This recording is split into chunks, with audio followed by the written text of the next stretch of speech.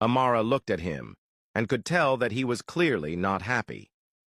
Liwei's cold gaze locked onto hers, his voice firm as he reminded her that he had told her not to get involved. His mission was dangerous, and he did not want her anywhere near it. He added that she had just witnessed for herself how risky things could get, and that by staying out of it, she could remain safe. Amara tried to explain that she had been trying to save him, that his cousin had poisoned his drink. Liwei's expression remained unreadable as he stated that he was fully aware of everything happening around him and knew the risks of being at that party.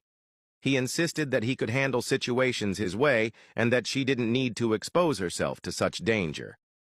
He pointed out that now Fang was on to her as well, something that could have been avoided if she had listened to him. He admitted, his voice softening slightly, that the last thing he wanted was for her to get hurt. Even a scratch on her felt like a dagger through his heart.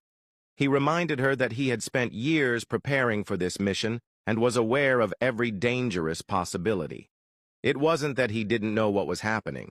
He was simply asking her to keep herself safe and not get involved. She already had May and James to deal with, and he didn't want more people targeting her. Amara listened, sensing the depth of his worry and the anger that simmered beneath his calm exterior.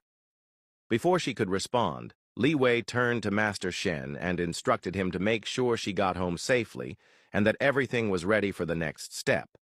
With that, he walked out, closing the door behind him. Amara sat quietly, watching him leave. He hadn't even asked if she was all right. All he had done was scold her and walk away. Master Shen, noticing her expression through the rearview mirror, reassured her gently. He told her he knew she only wanted to help, to watch Liwei's back and protect him, and that she should listen to him. What they were doing was dangerous, he added, and Liwei was smart, aware of everything happening around him, just as he had been aware of the poisoned drink. Master Shen encouraged her not to worry, reminding her that he only cared because he didn't want her to be hurt, and that he would come around and wouldn't stay upset with her for long. With that, he drove off, leaving Amara sitting in the back seat, wondering if she had crossed a line by not listening. She touched her forehead, still sore from bumping into Fang. Meanwhile, Liwei returned to the party. He stood beside his uncle, who glanced at him and asked where he had gone. Liwei replied that he had gone to the bathroom. His gaze then fell on Feng, who stood with eyes boring into him.